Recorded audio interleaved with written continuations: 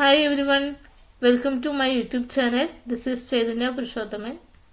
അപ്പോൾ നമ്മൾ ഇന്നിവിടെ എടുക്കാൻ പോകുന്നത് +1 അക്കൗണ്ടൻസിൻ്റെ ഇൻട്രൊഡക്ഷൻ ഓഫ് അക്കൗണ്ടിങ് എന്ന ചാപ്റ്ററാണ്. അപ്പോൾ ഈ യൂട്യൂബ് ചാനൽ ആദ്യമായിട്ടാണ് ഇത് ഞാൻ തുടങ്ങിയിരിക്കുന്നത്. അപ്പോൾ ഇതിൽ നിങ്ങൾക്ക് വേണ്ട എല്ലാ, അതായത് അക്കൗണ്ടൻസി, ബിസിനസ് സ്റ്റഡീസ്, എക്കണോമിക്സ്, അങ്ങനെ എല്ലാ വിവരങ്ങളും, എല്ലാ ചാപ്റ്റേഴ്സ് ഞാൻ എടുത്തു തരുന്നതാണ്. അപ്പോൾ നിങ്ങൾ ചെയ്യേണ്ട ഒരു കാര്യം എന്ന് വെച്ച് കഴിഞ്ഞാൽ, ഈ ചാനൽ ആദ്യമായിട്ടാണ് കാണുന്നതെങ്കിൽ സബ്സ്ക്രൈബ് ചെയ്യുക. തൊട്ടടുത്ത് തന്നെ ഒരു കുഞ്ഞു ബെല്ലൈക്കണും കൂടി ഉണ്ട്, അതും കൂടി എനാബിൾ ചെയ്തെടുക്കുക. മാത്രമല്ല, വീഡിയോ ഇഷ്ടപ്പെട്ടാൽ ലൈക്ക് ചെയ്യുക, നിങ്ങളുടെ കൂട്ടുകാർക്ക് കൂടി ഷെയർ ചെയ്യുക. അപ്പോൾ നമുക്ക് നേരെ വീഡിയോയിലേക്ക് പോകാം.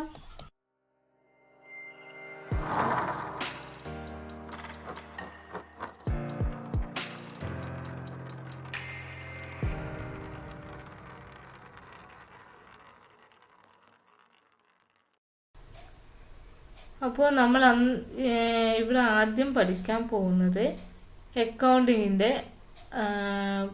മീനിങ് ആണ് നമ്മൾ ആദ്യം പഠിക്കാൻ പോകുന്നത്.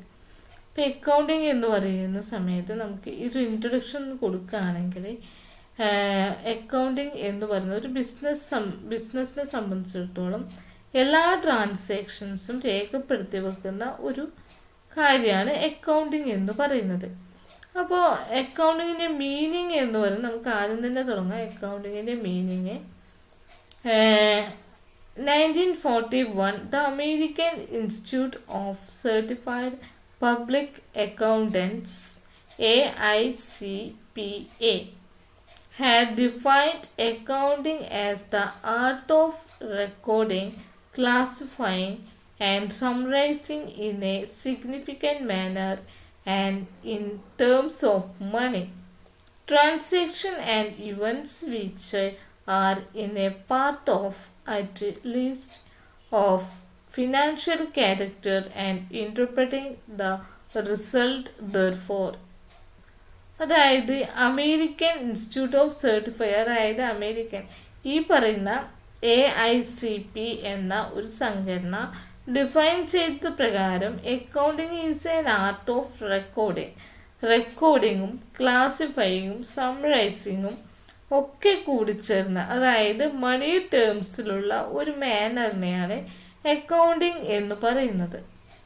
അതായത് ഫിനാൻഷ്യൽ ക്യാരക്ടറിസ്റ്റിക്സിൽ നമുക്ക് അതിൻ്റെ റിസൾട്ടും കാര്യങ്ങളും നമുക്ക് കാൽക്കുലേറ്റ് ചെയ്യാൻ പറ്റും. ഈ ഒരു അക്കൗണ്ടിങ്ങിനെ ബേസ് ചെയ്തുകൊണ്ടാണ് നമ്മൾ ഫ്യൂച്ചറിലെ ബിസിനസ്സിൻ്റെ ഫ്യൂച്ചർ കാര്യങ്ങൾ നമ്മൾ പ്രോഗ്രസ് ചെയ്യുന്നത്. അതാണ് അക്കൗണ്ടിങ്ങിൻ്റെ മീനിങ് ആയിട്ട് പറയുന്നത്.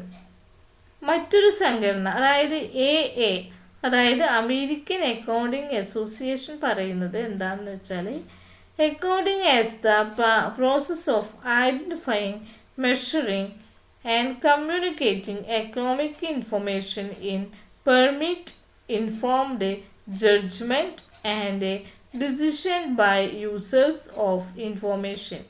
അതായത് അക്കൗണ്ടിങ് എന്ന് പറയുന്ന ഒരു തരം പ്രോസസ്സാണ്. അത് ഐഡൻറ്റിഫൈയിങ്, മെഷറിങ്, കമ്മ്യൂണിക്കേറ്റിംഗ്, എക്കണോമിക് അതായത് ഇത്രയും പ്രോസസ്സിലൂടെ കടന്നു പോകുന്ന ഒരു എക്കണോമിക്കൽ ഇൻഫർമേഷൻ തരുന്ന ഒന്നാണ് അക്കൗണ്ടിങ് എന്നാണ് പറയുന്നത്. അപ്പോൾ അക്കൗണ്ടിങ്ങുമായിട്ട് ലിങ്ക് ചെയ്തിട്ടുള്ള കുറച്ച് കാര്യങ്ങളാണ് താഴെ കൊടുത്തിരിക്കുന്നത്.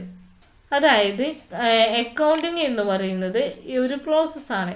ആ പ്രോസസ്സ് ഉൾക്കൊള്ളിച്ചിട്ടുള്ള കാര്യങ്ങളാണ് കമ്മ്യൂണിക്കേറ്റിംഗ് അക്കൗണ്ടിങ് ഇൻഫർമേഷൻ, അതുപോലെ ഡിസിഷൻ മേക്കിംഗ്. അതായത് ഞാൻ നേരത്തെ പറഞ്ഞതുപോലെ തന്നെ ഈ അക്കൗണ്ടിങ് എന്ന് പറയുന്നത് ഒരു ഫിനാൻഷ്യൽ ഇയറിൽ നടപ്പിലാക്കുന്ന ഒന്നാണ്. നമ്മൾ ബിസിനസ് പരമായിട്ടുള്ള എന്ത് കാര്യങ്ങളും രേഖപ്പെടുത്തി വെക്കുന്നു, മണി ടേംസിൽ രേഖപ്പെടുത്തി വെച്ചാൽ മാത്രമേ അത് ഫ്യൂച്ചർ കാര്യങ്ങൾക്ക് നമുക്കത് ഉപയോഗിക്കാൻ കഴിയുള്ളൂ. അപ്പോൾ ഈ അക്കൗണ്ടിങ്ങിനെ ബേസ് ചെയ്തുകൊണ്ട് ഒരുപാട് ഇൻഫർമേഷൻ അല്ലെങ്കിൽ ഡിസിഷൻ മേക്ക് ചെയ്യാനായി കാത്തിരിക്കുന്ന ഒരുപാട് യൂസേഴ്സ് ഉണ്ട്. ഇൻറ്റേർണലായിട്ടും എക്സ്റ്റേണലായിട്ടും ബിസിനസ് തന്നെ ഒരുപാട് യൂസേഴ്സ് ഉണ്ട്. അപ്പോൾ അവർക്ക് ഇതൊരു ബാധകമാണ്. അതായത് ഈ ഒരു അക്കൗണ്ടിങ് എന്ന് പറയുന്നത് അവരുമായിട്ട് ലിങ്ക്ഡ് ആണ്. പിന്നെ പറയുന്നത് എക്കണോമിക് ഇവൻറ്റ്സ്. ഇതും എന്താണ്, അക്കൗണ്ടിങ് പരമായിട്ടുള്ള ലിങ്ക്ഡാണ്. ഇത്രയും കാര്യങ്ങളാണ് അക്കൗണ്ടിങ് പരമായിട്ട് ലിങ്ക് ചെയ്ത് നിൽക്കുന്നത്. ദെൻ അടുത്തതായി പറയാനുള്ളത് അക്കൗണ്ടിങ്ങിൻ്റെ ആസ്പെക്റ്റ്. അതായത് അക്കൗണ്ടിങ് എന്നത് ഏതെല്ലാം ഘടകങ്ങൾ ചേർന്നാണ്, ഏതെല്ലാം ഘടകങ്ങളെ ആശ്രയിച്ചിട്ടാണ് അക്കൗണ്ടിങ് ഉള്ളത്. ഒന്നാമതായി പറയുന്നത് എക്കണോമിക് ഇവൻറ്റ്സ്. രണ്ടാമതായി പറയുന്നത് identification, measurement, recording and communication. Then third one പറയുന്നത് ഓർഗനൈസേഷൻ.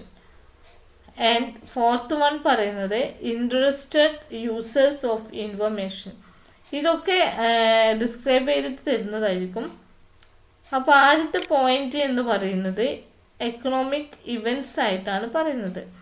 എന്താണ് എക്കണോമിക് ഇവൻറ്റ്സ് എന്ന് പറയുന്നത് നമുക്ക് നോക്കാം. Business organisation involves economic events. An economic event is known as a happening of consequence to a business organization which consists of transactions and which are measurable in monetary terms.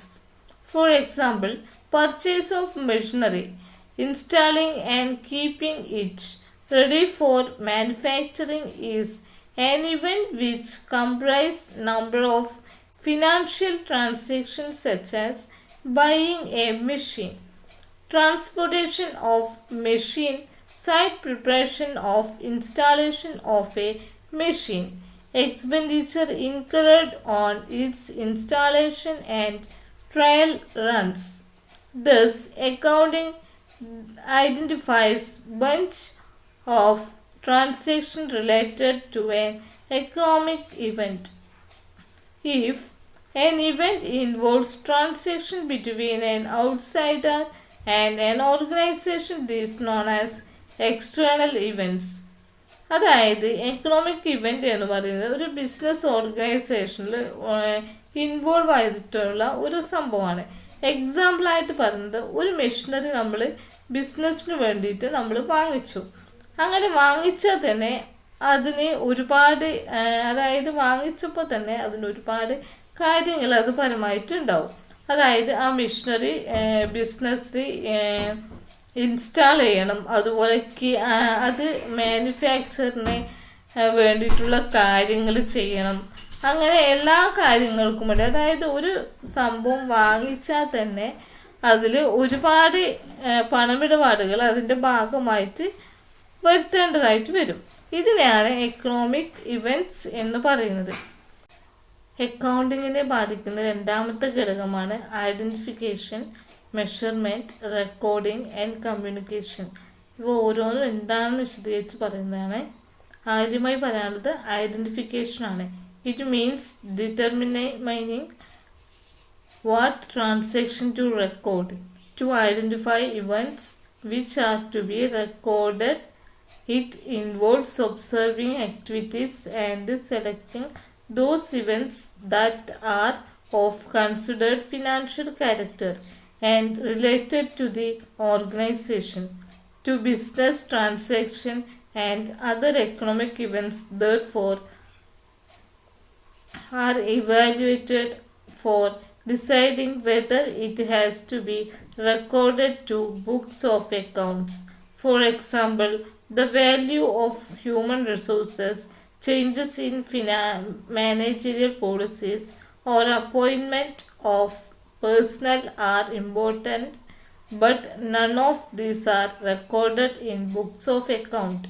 However, when a company makes a sale or purchase, whether on cash or credit or pays salary, it is recorded in books of accounts.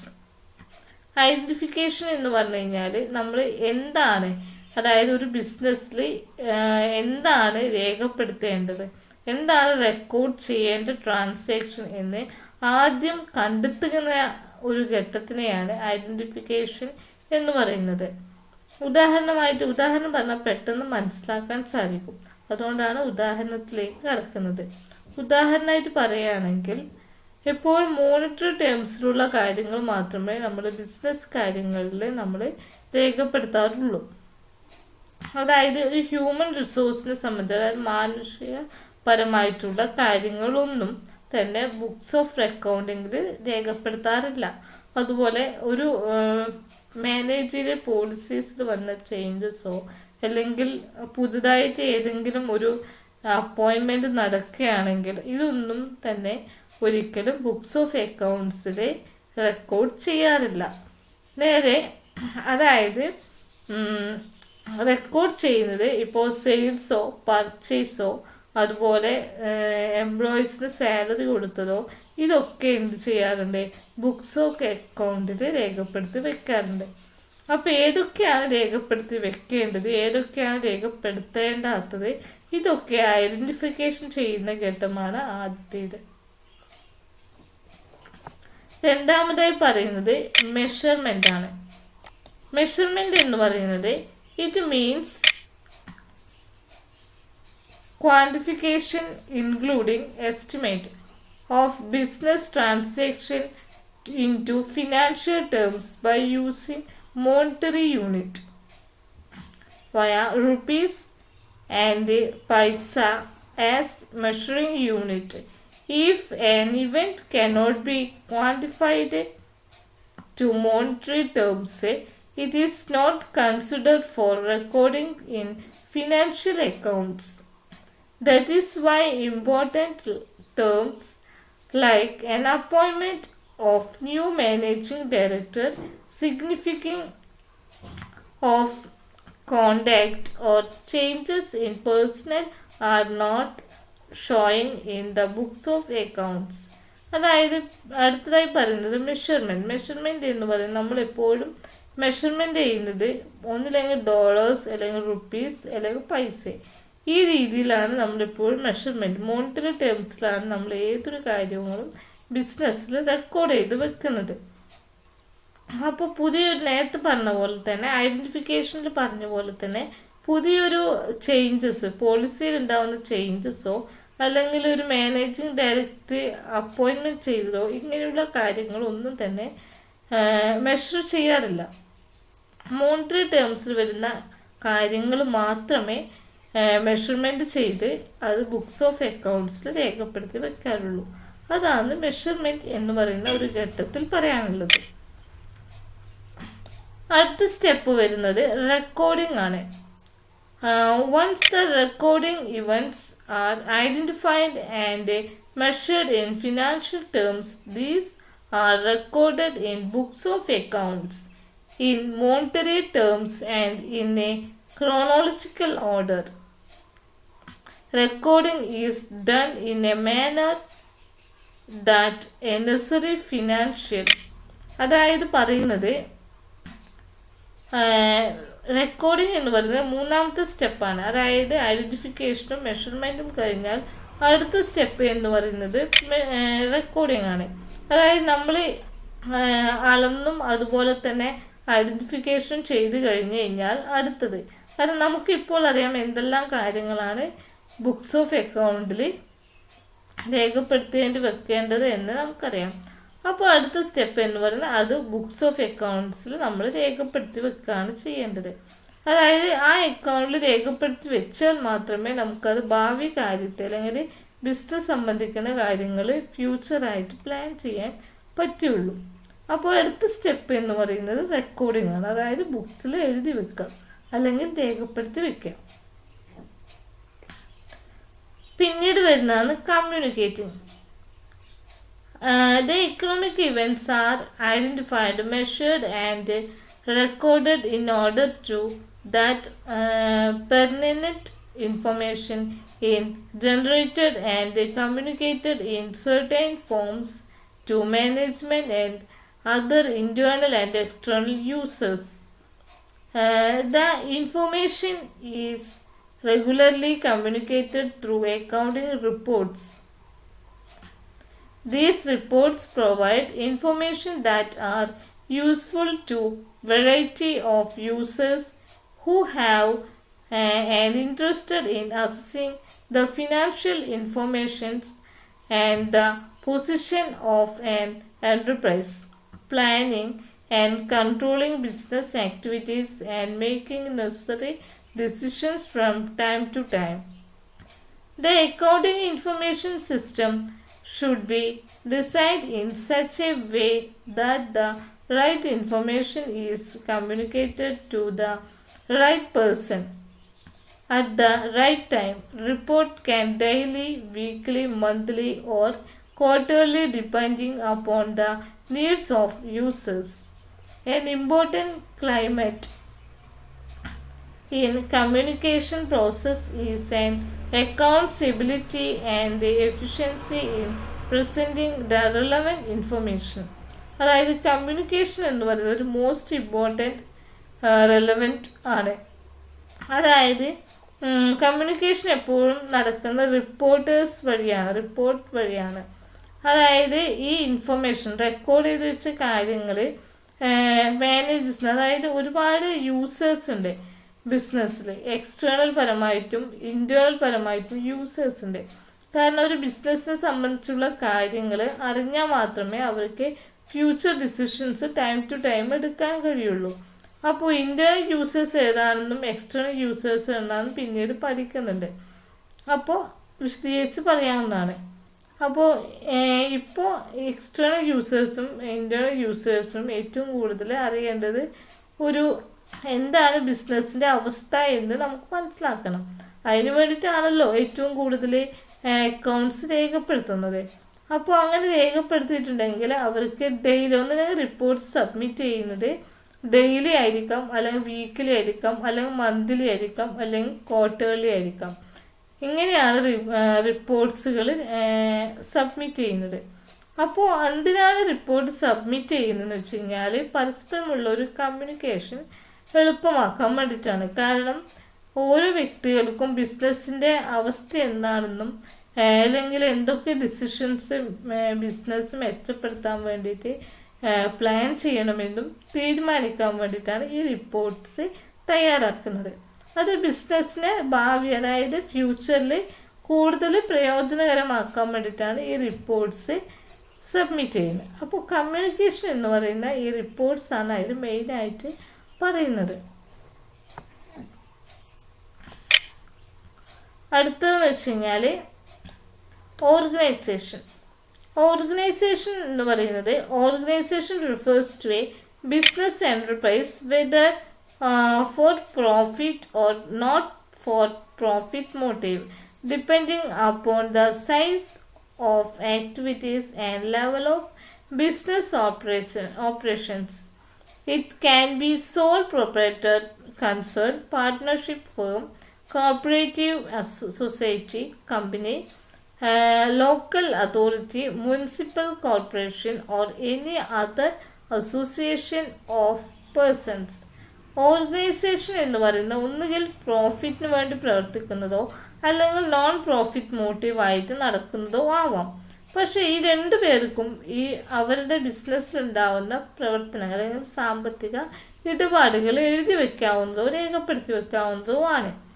പക്ഷേ organisation എന്ന് പറയുന്നത് പലതരത്തിലും അതിനെ divide ചെയ്തിട്ടുണ്ട്. അതിൻ്റെ ആക്ടിവിറ്റീസും അതിൻ്റെ സൈസിനെയും ആശ്രയിച്ച് പല രീതികളിലും അതിനെ ഡിവൈഡ് ചെയ്തിട്ടുണ്ട്. ഒന്ന് പറയുന്നത് സോൾ പ്രൊപ്രൈറ്റർഷിപ്പ്, അതായത് ഒരു വ്യക്തി മാത്രം നടത്തുന്ന ബിസിനസ്, അതുമല്ലെങ്കിൽ പാർട്ട്ണർഷിപ്പ് ഫേം, അതുമല്ലെങ്കിൽ കോർപ്പറേറ്റ് സൊസൈറ്റി, അതുമല്ലെങ്കിൽ നമ്മൾ കാണുന്ന ലോക്കൽ അതോറിറ്റി, അതുപോലെ മുനിസിപ്പൽ കോർപ്പറേഷൻ, അല്ലെങ്കിൽ ലൈബ്രറി, അങ്ങനെ ഒരുപാട് സംഘടനകളുണ്ടാവും.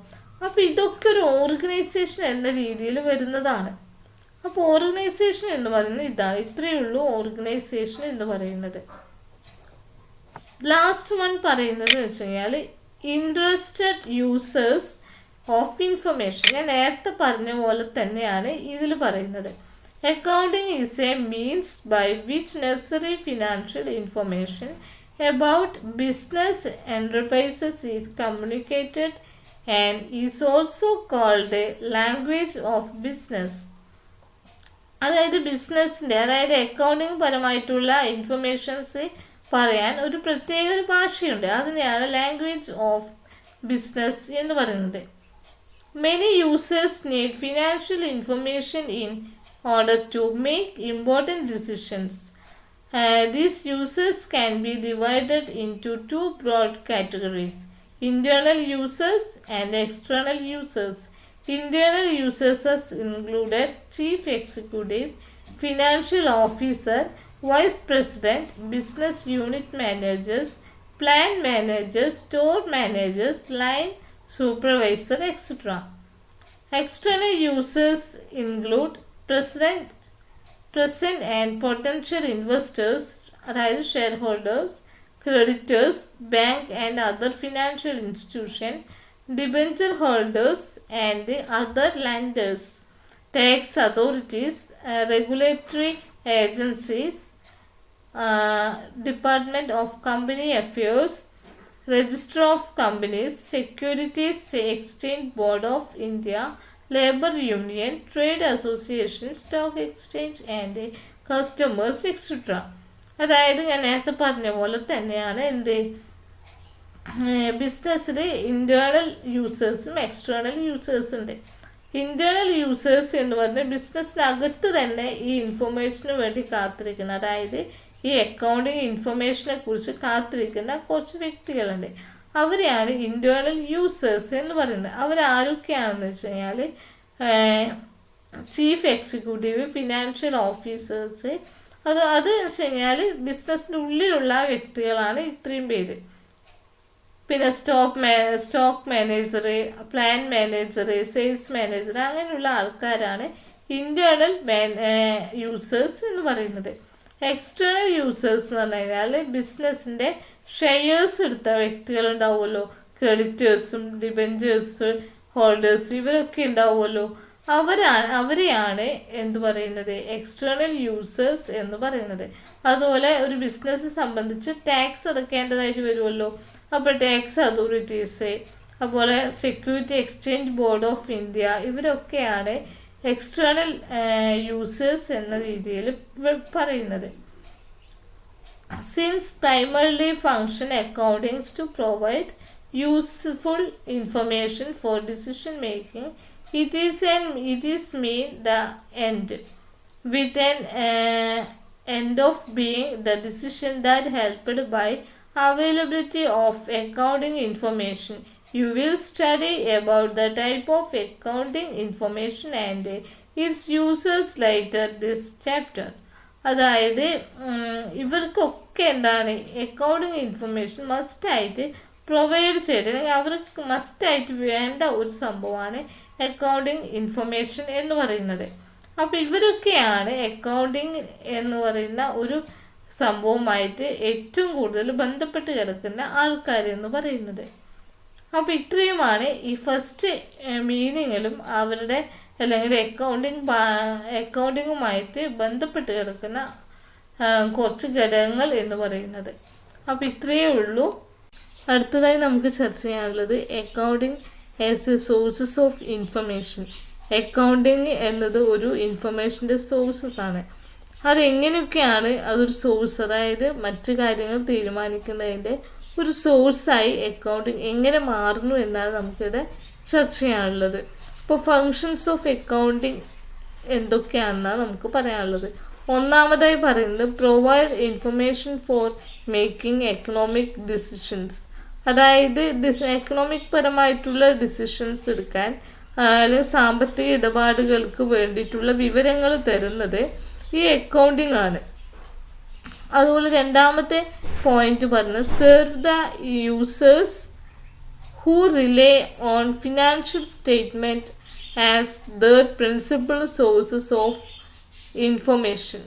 അതായത് ഭാവിപരമായിട്ടുള്ള തീരുമാനങ്ങളും ഒക്കെ എടുക്കുന്നത് ഈ ഫിനാൻഷ്യൽ, അതായത് ഈ അക്കൗണ്ടിങ് തരുന്ന ഇൻഫർമേഷൻസ് പ്രകാരമാണ് ഭാവിപരമായിട്ടുള്ള എല്ലാ തീരുമാനങ്ങളും യൂസേഴ്സ് ആയാലും എടുക്കുന്നത്. മൂന്നാമത്തെ പോയിന്റ് പറഞ്ഞത് provide information useful for predicting and evaluating the amount, timing and uncertainty of potential cash flow. അതായത് ഭാവിയിൽ എന്തൊക്കെ പ്രശ്നങ്ങൾ അല്ലെങ്കിൽ എന്തൊക്കെ ഉണ്ടാകും, അല്ലെങ്കിൽ എത്ര പണം ചെലവാകേണ്ടി വരും, അല്ലെങ്കിൽ അൺസർട്ടനിറ്റി, അതായത് നമ്മൾ പ്രതീക്ഷിക്കാതെ വരുന്ന കുറേ കാര്യങ്ങളുണ്ടാവുമല്ലോ. ഇപ്പം ഈ എന്താ പറയുക, പ്രകൃതിക്ഷോഭങ്ങളായാലും മറ്റു കാര്യങ്ങളായാലും നമ്മൾ പ്രതീക്ഷിക്കാതെ വരുന്ന കാര്യങ്ങൾ, നമുക്കൊരിക്കലും പ്രഡിക്റ്റ് ചെയ്യാൻ പറ്റാത്തൊരു കാര്യങ്ങളാണ് അതൊക്കെ. അപ്പോൾ അങ്ങനെയുള്ള തീരുമാനങ്ങളൊക്കെ എടുക്കേണ്ടത്, കാരണം ഭാവിയിൽ അങ്ങനെ ഒന്ന് വന്നു കഴിഞ്ഞാൽ നമ്മൾ എങ്ങനെ തരണം ചെയ്യണം, അപ്പോൾ ആ ബിസിനസ് എങ്ങനെ ഇതിന് തരണം ചെയ്യണം എന്നുള്ള തീരുമാനങ്ങളൊക്കെ എടുക്കുന്നത് ഇതുപോലുള്ള അക്കൗണ്ടിങ് തരുന്ന ഇൻഫർമേഷൻസിൻ്റെ പ്രകാരമാണ്. അടുത്തതായി പറയുന്നത് provide information for judging management's ability to utilise resources effectively in meeting goals. അതായത് പിന്നെ പറയുന്നത് മാനേജ്മെൻറ്റ് എഫിഷ്യൻസിനെ കുറിച്ച്, എബിലിറ്റീനെ കുറിച്ചിട്ടാണ്. അതായത് ഉള്ള റിസോഴ്സസ് വെച്ച് നല്ല എഫക്റ്റീവായ രീതിയിലുള്ള തീരുമാനങ്ങൾ അല്ലെങ്കിൽ എഫക്റ്റീവായിട്ടുള്ള കാര്യങ്ങൾ ചെയ്യണമെങ്കിൽ ഈ അക്കൗണ്ടിങ്ങിനെ കുറിച്ചുള്ള വിവരങ്ങൾ കിട്ടിയിരിക്കണം. അതാണ് പിന്നീട് പറയുന്നത്. അപ്പോൾ ഇത്രയും കാര്യങ്ങളാണ് അക്കൗണ്ടിങ്ങിൻ്റെ ഫങ്ഷൻസ് ആയിട്ട് പറയുന്നത്.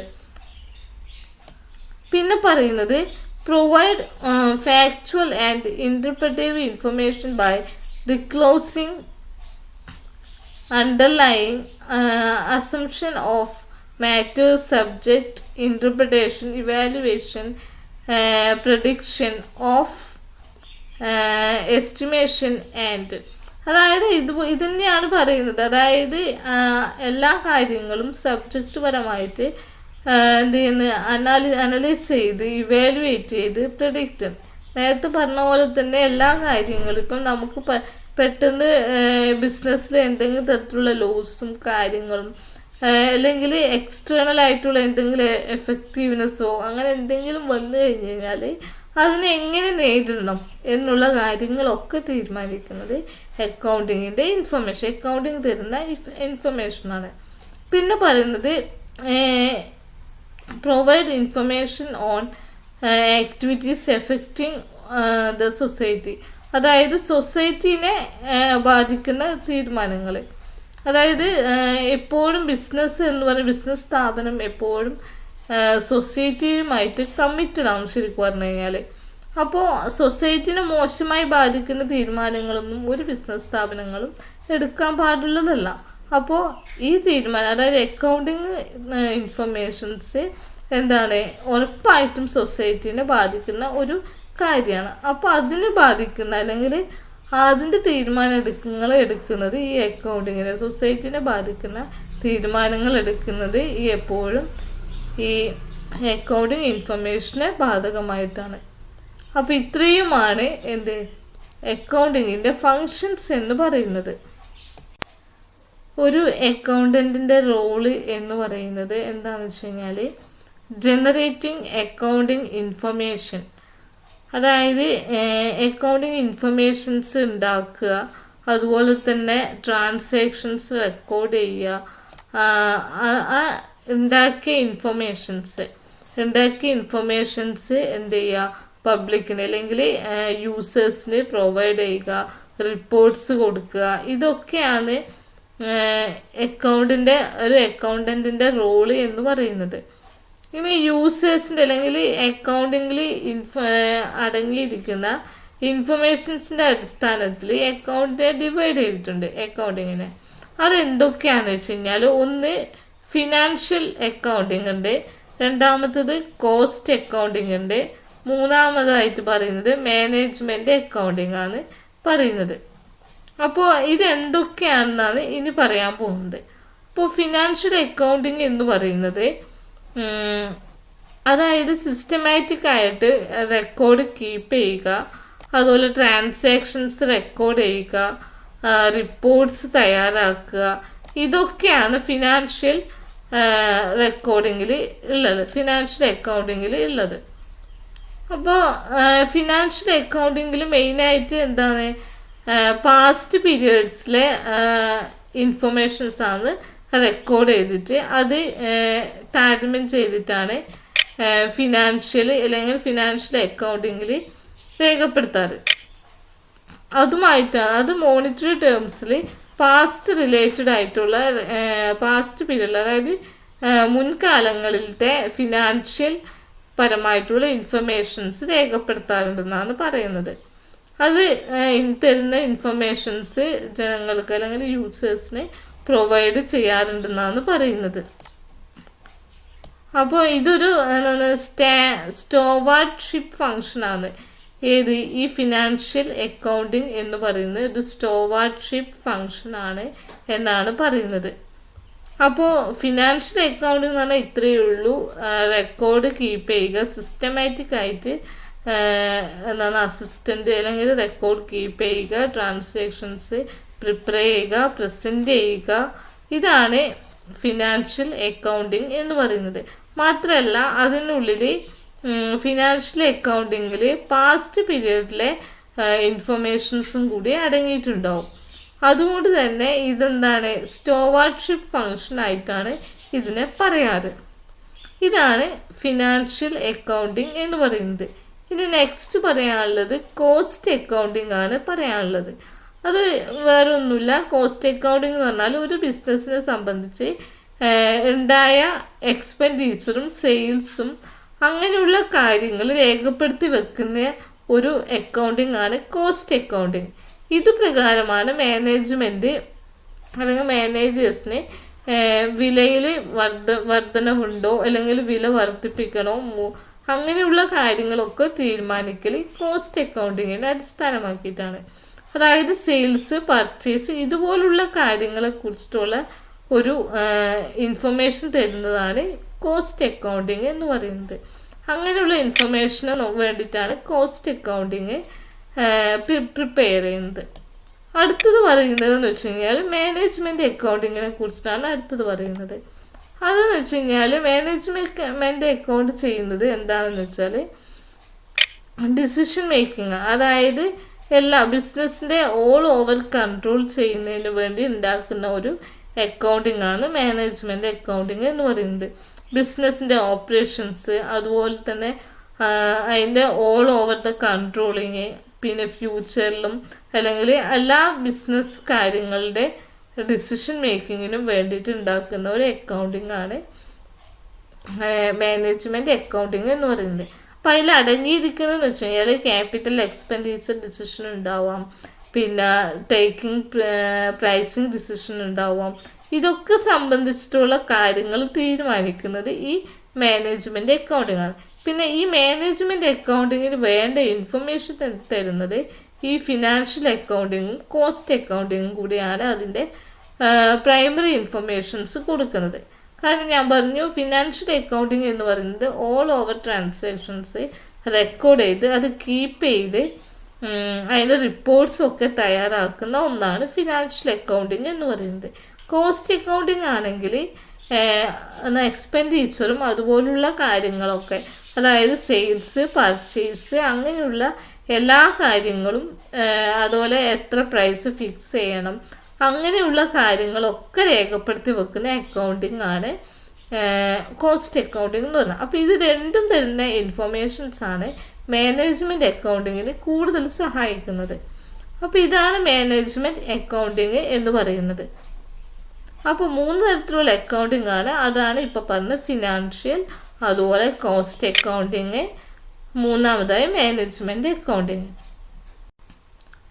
അടുത്തതായി പറയുന്നത് ക്വാളിറ്റേറ്റീവ് ക്യാരക്ടറിസ്റ്റിക്സ് ഓഫ് അക്കൗണ്ടിങ്ങിനെ കുറിച്ചിട്ടാണ് അടുത്തതായി പറയാനുള്ളത്. ഒന്നാമത്തെ പോയിന്റ് എന്ന് പറയുന്നത് റിലയബിലിറ്റിയാണ്. Reliability means the users must be able to depends on the information. ഈ ഇൻഫർമേഷൻ, അതായത് തരുന്ന ഇൻഫർമേഷൻ യൂസേഴ്സിനെ വിശ്വസിക്കാൻ പറ്റുന്ന വിധത്തിലുള്ള ഇൻഫർമേഷൻസ് ആയിരിക്കണം കൊടുക്കേണ്ടത്. അതായത് അക്കൗണ്ടിങ് ഇൻഫർമേഷൻ ഉണ്ടാക്കുന്ന ഈ റിപ്പോർട്ട് ഉണ്ടാക്കുന്ന അക്കൗണ്ടൻ്റ് കൊടുക്കുന്ന ഈ വിവരങ്ങൾ, അക്കൗണ്ടിങ് പരമായിട്ടുള്ള വിവരങ്ങൾ വിശ്വസിക്കാൻ കഴിയുന്ന വിധത്തിലുള്ള വിവരങ്ങളായിരിക്കണം.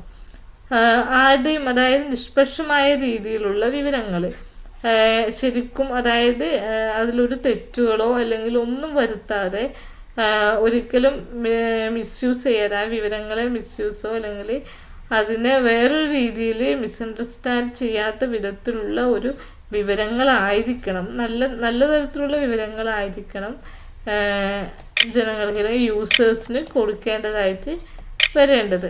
അതാണ് റിലയബിലിറ്റി എന്നുകൊണ്ട് ഉദ്ദേശിക്കുന്നത്. അടുത്തതായി പറയാൻ പോകുന്നത് റിലവൻസ് എന്ന് പറഞ്ഞു കഴിഞ്ഞാൽ to be relevant information must be available in time, must help in prediction and feedback and must influence the decision of users. അതായത് കൊടുക്കുന്ന വിവരങ്ങൾ കറക്റ്റ് ടൈമിനുള്ള വിവരങ്ങളായിരിക്കണം. എന്നാൽ മാത്രമേ അതിന് അതായത് ഫ്യൂച്ചറിലുള്ള പ്രഡിക്ഷനും അതിൻ്റെ ഫീഡ്ബാക്കും, എന്തെങ്കിലും തരത്തിലുള്ള ഫീഡ്ബാക്കുകൾ ഉണ്ടെങ്കിൽ അത് പറയാനും യൂസേഴ്സിന് ഡിസിഷൻ എടുക്കാനും വേണ്ടി ഇത് സഹായിക്കുള്ളൂ. അല്ലാതെ കൊടുക്കുന്ന വിവരങ്ങൾ കൃത്യസമയത്ത് കിട്ടാതെ എപ്പോഴെങ്കിലും കിട്ടിയിട്ട് കാര്യമില്ലല്ലോ. അതുപോലെ തന്നെയാണ് ഇതിൻ്റെ കാര്യവും. അതായത് അക്കൗണ്ടിങ് ഇൻഫർമേഷൻസ് അതായത് കറക്റ്റ് ടൈമിൽ തന്നെ എന്ത് ചെയ്യണം, കൊടുക്കണം. എന്നാൽ മാത്രമേ പാസ്റ്റ്, അതായത് ആ കൊടുക്കുന്ന വിവരങ്ങൾ നമുക്ക് എപ്പോഴും പാസ്റ്റും പ്രസൻറ്റും ഫ്യൂച്ചറും കാൽക്കുലേറ്റ് ചെയ്യാൻ വേണ്ടി നമുക്ക് പറ്റണം. അങ്ങനെ തരത്തിലുള്ള ഒരു ഇൻഫർമേഷൻ ആയിരിക്കണം ആ ഇൻഫർമേഷൻ എന്ന് പറയുന്നത്. മൂന്നാമതായി പറയുന്നത് അണ്ടർസ്റ്റാൻഡബിലിറ്റി. അതായത് ഇപ്പം ഉണ്ടാക്കി കൊടുക്കുന്ന വിവരങ്ങൾ, അതായത് കൃത്യമായ വിവരങ്ങൾ നമ്മൾ കൊടുക്കുമ്പോൾ അത് കൊടുക്കുന്നയാൾ വിചാരിക്കുന്ന അതേ അർത്ഥത്തിൽ തന്നെ ഓപ്പോസിറ്റ് നിൽക്കുന്ന വ്യക്തികൾക്കും അത് കിട്ടണം. എന്നാൽ മാത്രമേ എന്തുണ്ടാവുള്ളൂ, ആ കൊടുത്ത ഇൻഫർമേഷന് കൃത്യമായ ഒരു സ്റ്റാൻഡ് കിട്ടുള്ളൂ. അല്ലാതെ ഇപ്പം അക്കൗണ്ടൻ്റ് വിചാരിച്ച അതേ അർത്ഥത്തിലെല്ലാം ഓപ്പോസിറ്റ് നിൽക്കുന്ന യൂസേഴ്സിന് കിട്ടിയതെങ്കിൽ ആ ഇൻഫർമേഷൻസ് കൊണ്ട് ഒരു പ്രയോജനവും ഉണ്ടാവില്ല. അപ്പോൾ അതുകൊണ്ട് തന്നെ അണ്ടർസ്റ്റാൻഡബിലിറ്റി എന്ന് പറയുന്നത് അക്കൗണ്ടൻ്റ് ഉണ്ടാക്കി കൊടുക്കുന്ന അതേ ആശയം തന്നെ ഓപ്പോസിറ്റ് നിൽക്കുന്ന യൂസേഴ്സിന് ആ ആശയത്തിൽ തന്നെ മനസ്സിലാക്കാൻ കഴിയുന്ന വിധത്തിലായിരിക്കണം ആ ഇൻഫർമേഷൻസ് ഉണ്ടായിരിക്കേണ്ടത്. അതാണ് അണ്ടർസ്റ്റാൻഡബിലിറ്റി കൊണ്ട് ഉദ്ദേശിക്കുന്നത്. അടുത്തത് പറയുന്നത് കമ്പാരിബിലിറ്റി എന്ന് പറയുന്നത് അതായത് ഒരു കാലയളവിൽ മാത്രമല്ല ഈ ഇൻഫർമേഷൻസ് കൊണ്ട് ഉപയോഗം ഉണ്ടാവുക. അതായത് ഇപ്പം ഫ്യൂച്ചർ ആയാലും ഫ്യൂച്ചറും പാസ്റ്റും കൂടെ നമ്മൾ കാൽക്കുലേറ്റ് ചെയ്തിട്ട് പ്രോഫിറ്റ് ആണോ ലോസ് ആണോ എന്ന് നമ്മൾ കാൽക്കുലേറ്റ് ചെയ്യാറുണ്ട്. അതായത് ഇപ്പം ഈ വർഷത്തെ പ്രോഫിറ്റും കഴിഞ്ഞ വർഷത്തെ പ്രോഫിറ്റും കൂടി നമ്മൾ കാൽക്കുലേറ്റ് ചെയ്യും.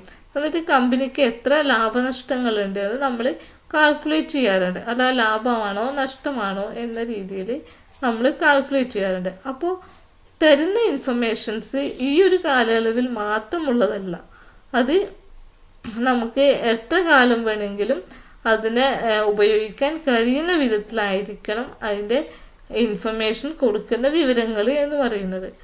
അപ്പോൾ ആ കമ്പാരിബിലിറ്റി എന്നുകൊണ്ട് ഉദ്ദേശിക്കുന്നത് ഇതാണ്. ഇൻഫർമേഷൻസ് എന്ന് പറയുന്നത് ഒരു കാലഘട്ടത്തെ മാത്രം ആശ്രയിച്ചുള്ളതാവരുത്.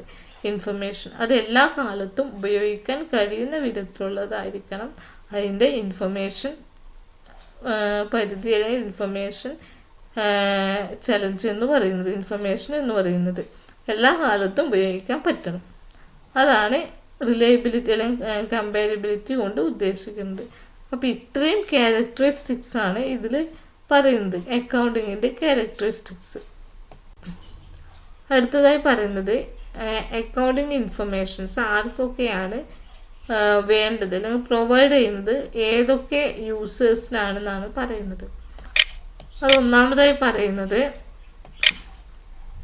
Investors and potential investors information on the risk and return on investment. അതായത് ഇൻവെസ്റ്റേഴ്സിനാണ് ഒന്നാമതായി പറയുന്നത്. അതായത് ഇൻവെസ്റ്റേഴ്സിന് എന്തിനാണ് ഈ അക്കൗണ്ടിങ് ഇൻഫർമേഷൻ കൊണ്ട് പ്രയോജനം എന്ന് വെച്ച് കഴിഞ്ഞാൽ, അതായത് അവർക്ക് അതായത് ഓരോ വ്യക്തികൾക്കും ഷെയർസ് ഉണ്ടാവുമല്ലോ. അപ്പോൾ അവർക്ക് ലാഭനഷ്ടങ്ങളെ കുറിച്ചിട്ട് അറിയാൻ വേണ്ടിയിട്ടാണ് ഈ അക്കൗണ്ടിങ് ഇൻഫർമേഷൻസ് ഉപയോഗിക്കുന്നത്. ഇൻവെസ്റ്റേഴ്സ് അതിന് വേണ്ടിയിട്ടാണ് ഉപയോഗിക്കുന്നത്. അടുത്തത് പറയുന്നത് union and employee group information on stability, profitability and distribution of wealth within the business. അതായത് അടുത്തതായിട്ട് ഉപയോഗിക്കുന്ന ആൾക്കാർ എന്ന് പറയുന്നത് യൂണിയൻകാരും എംപ്ലോയി ഗ്രൂപ്പ്സുമാണ്. അവരെന്തിനാണ് അക്കൗണ്ടിങ് ഇൻഫർമേഷൻ ഉപയോഗിക്കുന്നത് വെച്ച് കഴിഞ്ഞാൽ അവർക്ക് എത്രമാത്രം ഈ സ്ഥാപനത്തിൽ സ്റ്റെബിലിറ്റി ഉണ്ട്, അതായത് നിലനിൽപ്പുണ്ട്, അതുപോലെ ഈ സ്ഥാപനത്തിൽ നിന്ന് കഴിഞ്ഞാൽ എന്തെങ്കിലും തരത്തിലുള്ള പ്രോഫിറ്റബിലിറ്റി ഉണ്ടാകുമോ അതൊക്കെ അറിയാൻ വേണ്ടിയിട്ടും, പിന്നെ ഈ സ്ഥാപനത്തിൽ എത്രമാത്രം ആസ്തികൾ, അതായത് അസറ്റ്സുകൾ ഉണ്ട്, ഇതൊക്കെ അറിയാൻ വേണ്ടിയിട്ടാണ് അവർ അക്കൗണ്ടിങ് ഇൻഫർമേഷൻ ഉപയോഗിക്കുന്നത്. മൂന്നാമതായി ഉപയോഗിക്കുന്ന യൂസറാണ് lenders and financial institution. Information on the credit worthiness of the company and its ability to repay loans, pay interest. അതായത് ഫിനാൻഷ്യൽ ഇൻസ്റ്റിറ്റ്യൂഷൻ, അതായത് ഇപ്പം ഈ സ്ഥാപനം തുടങ്ങുന്നതിനായിട്ട് എന്തെങ്കിലും ലോണോ അല്ലെങ്കിൽ മറ്റു കാര്യങ്ങളോ എടുത്തിട്ടുണ്ടെങ്കിൽ അവർക്ക് അറിയേണ്ടി വരുമല്ലോ ഈ സ്ഥാപനം എത്രമാത്രം റീപേ ചെയ്യുമെന്ന്. ലോൺ എടുത്തു കഴിഞ്ഞാൽ നമ്മൾ റീപേ ചെയ്യേണ്ടി വരുമല്ലോ, അപ്പോൾ എത്രമാത്രം ഇവർക്ക് റീപേ ചെയ്യാനുള്ള കഴിവുണ്ട് എന്നറിയാൻ വേണ്ടിയിട്ടാണ് ഇവർ അക്കൗണ്ടിങ് ഇൻഫർമേഷൻ ഉപയോഗിക്കുന്നത്. നാലാമതായി പറയുന്നത് suppliers and creditors information on whether amounts owned will be repaid when due and on the continue existence of the business. അതുപോലെ സപ്ലയേഴ്സ് എന്തിനാണെന്ന് വെച്ച് കഴിഞ്ഞാൽ അവർക്ക് വാങ്ങിച്ച, അതായത് അവർക്ക് കിട്ടിയ കടങ്ങൾ അല്ലെങ്കിൽ അവർക്ക് എത്രമാത്രം കടത്തിന് കൊടുക്കാൻ പറ്റും, അപ്പോൾ കടത്തിന് കൊടുത്തു കഴിഞ്ഞാൽ ഈ സ്ഥാപനം തിരിച്ച് ആ പൈസ റീപേ ചെയ്യുമോ, ഇതൊക്കെ അറിയാൻ വേണ്ടിയിട്ടാണ് സപ്ലയേഴ്സും ക്രെഡിറ്റേഴ്സും ഒക്കെ അക്കൗണ്ടിങ് ഇൻഫർമേഷൻസ് നോക്കുന്നത്. അവർക്ക് അക്കൗണ്ടിങ് ഇൻഫർമേഷൻ കൊണ്ടുള്ള ഉപയോഗം ഇതൊക്കെയാണ്. അതുപോലെ customers information on the continued existence of the business and thus a probability of a continued supply of products, part of and after sales service. കസ്റ്റമേഴ്സിനെ മെയിനായിട്ടാണ് കസ്റ്റമേഴ്സ് ഏറ്റവും കൂടുതൽ ഉപയോഗിക്കുന്ന മെയിനായിട്ട് അക്കൗണ്ടിങ് ഇൻഫർമേഷൻ ഉപയോഗിക്കുന്നത് എന്തിനാണെന്ന് വെച്ച് കഴിഞ്ഞാൽ അവർക്ക് ഗുണകരമായിട്ടുള്ള പ്രൊഡക്റ്റാണ് അവർക്ക് ഏറ്റവും കൂടുതലായിട്ട് വേണ്ടത്.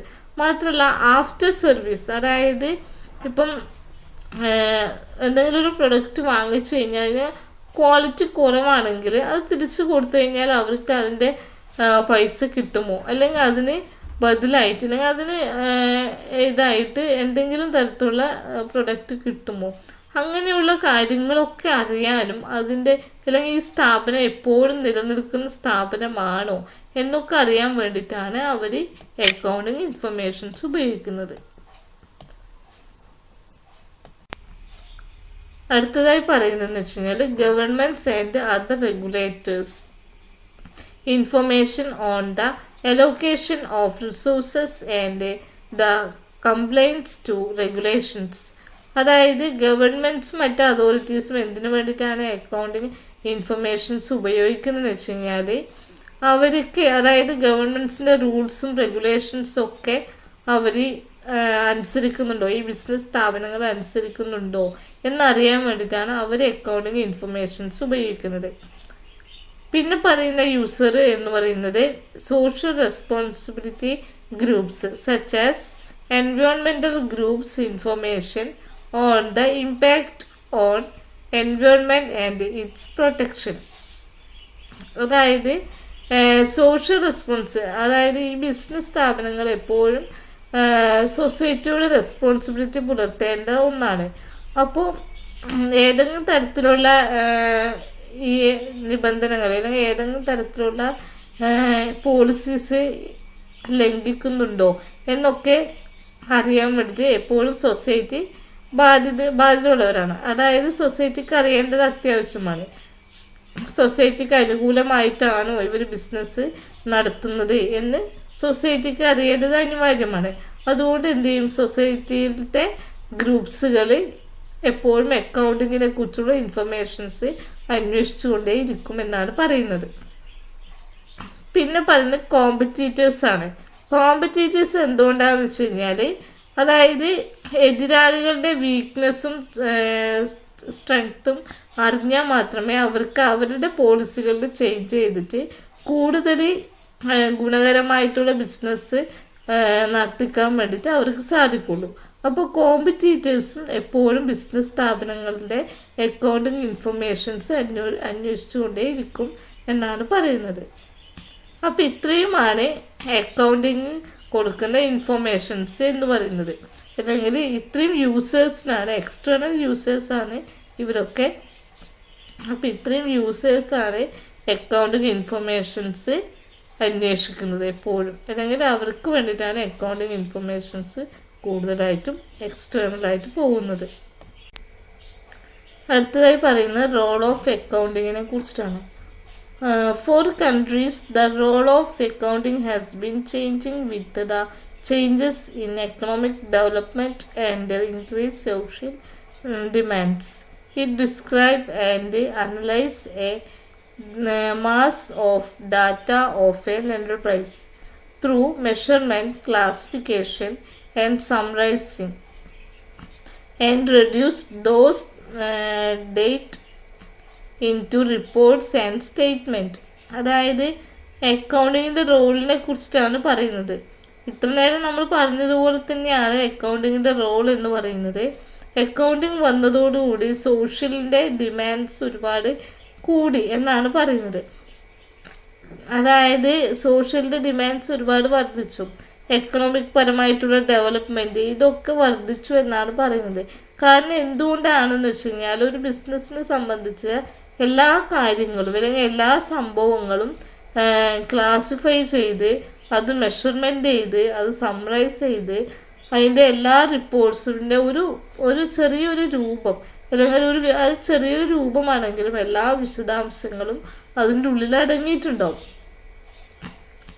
അതുകൊണ്ട് തന്നെ ഫിനാൻഷ്യൽ പരമായിട്ടുള്ള എല്ലാ ഇൻഫർമേഷൻസും അല്ലെങ്കിൽ ഫിനാൻഷ്യൽ പരമായിട്ടുള്ള എല്ലാ കാര്യങ്ങളും എടുക്കാൻ വേണ്ടിയിട്ട് എല്ലാ കാര്യങ്ങളും ഓപ്പറേഷൻസും പ്ലാൻ ചെയ്യാനും ഇത് സഹായകമായി എന്നാണ് പറയുന്നത്. ശരിക്കും പറഞ്ഞാൽ അക്കൗണ്ടിങ് എന്ന് പറയുന്നത് it is A language of financial. അതായത് ഫിനാൻഷ്യലിൻ്റെ ഒരു ഭാഷ അല്ലെങ്കിൽ ഒരു ബിസിനസ്സിൻ്റെ ഒരു ഭാഷ തന്നെയാണ് അക്കൗണ്ടിങ് എന്ന് പറയുന്നത്. കാരണം എല്ലാ കാര്യങ്ങളും മനസ്സിലാക്കാൻ വേണ്ടി നമുക്ക് സാധിക്കുന്നത് ഈ അക്കൗണ്ടിങ് എന്ന് പറയുന്ന ഒരു സംഭവം ഉണ്ടായതോടുകൂടിയാണ്. കാരണം ലയബിലിറ്റിയും അസറ്റ്സും എല്ലാ കാര്യങ്ങളുടെയും അടിസ്ഥാനത്തിൽ ബിസിനസ്സിൻ്റെ പ്രോഫിറ്റിൻ്റെ പൊസിഷൻ എന്താണെന്ന് മനസ്സിലാക്കാൻ നമുക്ക് സാധിച്ചു. അപ്പോൾ ഇന്ന് ഡെവലപ്മെൻറ്റ്സ് അല്ലെങ്കിൽ എക്കണോമിക് പരമായിട്ടുള്ള ഡെവലപ്മെൻറ്റ്സ് ഉണ്ടാവാനുള്ള കാരണം എന്ന് പറയുന്നത് ഇതാണെന്നാണ് പറയുന്നത്. ഈ അക്കൗണ്ടിങ്ങിൻ്റെ വരവോടുകൂടിയാണ് ബിസിനസ് അല്ലെങ്കിൽ എക്കണോമിക് പരമായിട്ടുള്ള ഡെവലപ്മെൻറ്റ്സും സോഷ്യൽ ഡിമാൻഡ്സും വർദ്ധിക്കാൻ വേണ്ടിയിട്ട് കാരണമായത്. അതാണ് ഈ കാരണം എന്ന് പറയുന്നത്. അപ്പോൾ വലിയൊരു പങ്ക് തന്നെ അക്കൗണ്ടിങ്ങിന് ഈ സോഷ്യൽ മേഖലയിൽ സോഷ്യൽ ഡിമാൻഡ്സ് വർദ്ധിക്കാനും എക്കണോമിക് ഡെവലപ്മെൻറ്റ് വർദ്ധിക്കാനും അക്കൗണ്ടിങ്ങിന് വലിയൊരു പങ്ക് തന്നെയുണ്ട്. ഇത്രയുമാണ് അക്കൗണ്ടിങ്ങിൻ്റെ റോള് എന്ന് പറയുന്നത്. അതുപോലെ പാസ്റ്റ് ട്രാൻസാക്ഷൻസ് നമ്മൾ കാൽക്കുലേറ്റ് ചെയ്തിട്ട് ആ പാസ്റ്റും പ്രസൻറ്റും തമ്മിലുള്ള ഒരു ഈക്വൽസ് അല്ലെങ്കിൽ അതിനെന്തെങ്കിലും വ്യത്യാസമുണ്ടോ, ഡിഫറൻസ് താരതമ്യം ചെയ്ത് അതിലെന്തെങ്കിലും വ്യത്യാസമുണ്ടോ, അല്ലെങ്കിൽ കഴിഞ്ഞ കൊല്ലത്തേക്കാളും ലാഭമാണോ നമുക്കുള്ളത് അല്ലെങ്കിൽ നഷ്ടമാണോ ഈ ബിസിനസ്സിലുള്ളത് എന്ന് മനസ്സിലാക്കി അതിനനുസരിച്ചുള്ള തീരുമാനങ്ങൾ കണ്ടെത്താൻ വേണ്ടിയിട്ട് അല്ലെങ്കിൽ അതിനനുസരിച്ചുള്ള കാര്യങ്ങൾ പ്ലാൻ ചെയ്യാൻ വേണ്ടിയിട്ട് നമുക്ക് സാധിക്കും. അതാണ് ബിസിനസ്സിൻ്റെ അല്ലെങ്കിൽ അക്കൗണ്ടിങ്ങിൻ്റെ ഒരു പ്രധാന ധർമ്മം എന്ന് പറയുന്നത് അതാണ്. കാരണം പൊസിഷൻസ് ഏത് ലെവലിലാണ്, ബാലൻസ് ഷീറ്റും അതുപോലെ ഫിനാൻഷ്യൽ റെക്കോർഡ്സും ഇതൊക്കെയാണ് നമുക്ക് അക്കൗണ്ടിങ്ങിൽ വരുന്നത്. അപ്പോൾ അത് പ്രകാരം നമുക്ക് ബിസിനസ്സിൻ്റെ ഒരു പൊസിഷൻ ഏത് ലെവലിലാണ് ബിസിനസ് ഇപ്പം നിൽക്കുന്നത്, അല്ലെങ്കിൽ എന്താ പറയുക പ്രോഫിറ്റിലാണോ അല്ലെങ്കിൽ ലോസിലാണോ എന്ന് നിൽക്കുന്നത് എന്ന് നമുക്ക് മനസ്സിലാക്കാൻ വേണ്ടിയിട്ട് സാധിക്കുന്നു എന്നാണ് പറയുന്നത്. അതാണ് മെയിനായിട്ട് അക്കൗണ്ടിങ്ങിൻ്റെ റോള്. ഇനി പറയാനുള്ളത് അക്കൗണ്ടിങ്ങിൻ്റെ ബേസിക് ടേംസ്, അതിന് വേണ്ട കുറച്ച് വാക്കുകളുണ്ട്, അതാണ് പറയാൻ പോകുന്നത്. എൻറ്റിറ്റി എന്ന് പറയുന്നത് Entity means a reality that has a definite individual existence. Business entity means a specifically identifiable business enterprise like Super Bazaar, Hire Jewelries, ITC Limited, etc. An accounting system is a always devised for a specific business entity, also called a accounting entity. അതായത് entity എന്ന് പറയുന്നത് ഇപ്പോൾ business സ്ഥാപനങ്ങൾ പ്രത്യേകമായിട്ടുള്ള ഒരു ഇൻഡിവിജ്വലാണ് എന്ന് നമുക്കറിയാം. അപ്പോൾ അതിന് പ്രത്യേകമായിട്ടൊരു ഐഡൻറ്റിഫയബിൾ ആയിട്ടുള്ള ഒരു സംഭവമാണ്. അതായത് ബിസിനസ്സുകാരനേക്കാളും അല്ലെങ്കിൽ ബിസിനസ് ഉടമസ്ഥനും തമ്മിൽ പ്രത്യേകം തന്നെ ഒരു എൻറ്റിറ്റി ഉണ്ട്. ബിസിനസ് എന്ന് പറയുന്നത് ഒരു എന്താ പറയുക, ഒരു ഐഡൻറ്റിഫയബിൾ ആയിട്ടുള്ളൊരു എൻ്റർപ്രൈസാണ്. ഇപ്പോൾ സൂപ്പർ ബസാർ, ഹയർ ജ്വല്ലറി, ഇതെല്ലാം പ്രത്യേകമായിട്ട് നമ്മൾ ഐഡൻറ്റിഫൈ ചെയ്യാൻ പറ്റുന്ന ഒരു ബിസിനസ് സ്ഥാപനങ്ങളാണ്. അതുകൊണ്ട് തന്നെയാണ് അതിന് എൻറ്റിറ്റി എന്ന് പറയുന്നത്. അപ്പോൾ ബിസിനസ് സ്ഥാപനങ്ങളുടെ എൻറ്റിറ്റിനെ വിളിക്കുന്ന പേരാണ് അക്കൗണ്ടിങ് എൻറ്റിറ്റി എന്ന് പറയുന്നത്. അപ്പോൾ പ്രത്യേകമായി നമുക്ക് എടുത്തു പറയാൻ പറ്റുന്ന അല്ലെങ്കിൽ എടുത്തു കാണിക്കാൻ പറ്റുന്ന ഒരു സംഭവമാണ് ഈ എൻറ്റിറ്റി എന്ന് പറയുന്നത്.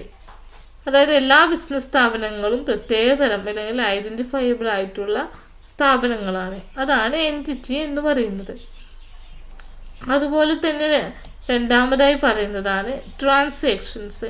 ട്രാൻസാക്ഷൻ എന്ന് പറയുന്നത് ഒരു ബിസിനസ് സ്ഥാപനം ഒന്നോ അതിലധികമോ എൻറ്റിറ്റികൾ, അതായത് ബിസിനസ് സ്ഥാപനങ്ങളുമായിട്ട് ഇടപാടുകളുണ്ടാവും. ഇതിനെയാണ് ട്രാൻസാക്ഷൻസ് എന്ന് പറയുന്നത്.